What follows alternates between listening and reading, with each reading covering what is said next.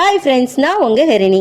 ராமேஸ்வரம் கடலால் சூழப்பட்ட ஒரு தீவுன்னு நமக்கு தெரியும். இந்த ராமேஸ்வரம் காசிக்கு இணையான ஆன்மீக சுற்றுலா தலமா மாறி இருக்கு. அதுக்கு பாம்பன் பாலம் ஒரு முக்கியமான காரணம்னு நம்மள எத்தனை பேருக்கு தெரியும்? ஒரு காலத்துல வெறும் மீன்பிடி கிராமமா அறியப்பட்டதுதான் ராமேஸ்வரம். பாம்பன் பாலம் கட்டப்படுறதுக்கு முன்னாடி வரைக்கும் படகுல மட்டும்தான் பயணிக்க முடிஞ்சிருக்கு.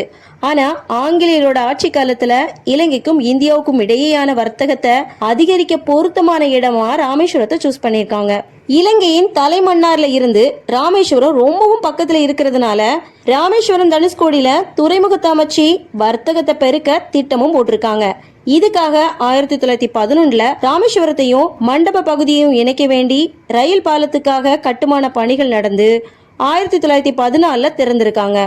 இதுக்கு அப்புறம் தான் ராமேஸ்வரத்துக்கு பெரிய திருப்பு முனை கிடைச்சிருக்கு.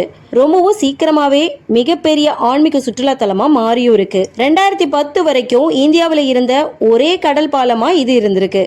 1964 புயல்ல தொடங்கி பலவிதமான வரலாற்று சான்றா நிற்கும் இந்த பாம்பன் பாலமானது India's first vertical lift sea பிரிட்ஜ்னு சொல்லப்படுது. அதாவது இந்தியாவின் முதல் செங்குத்தாக தூக்கப்படும் பாலம்னு சொல்லப்படுது. 2019 மத்திய அரசு ஒப்புதல் படி 550 கோடி பட்ஜெட்ல லேட்டஸ்ட் டெக்னாலஜில 2.8 கிலோமீட்டர் நீளமான பாலத்துல 72.5 மீட்டர் செங்குத்து லிஃப்ட் 17 மீட்டர் உயருது.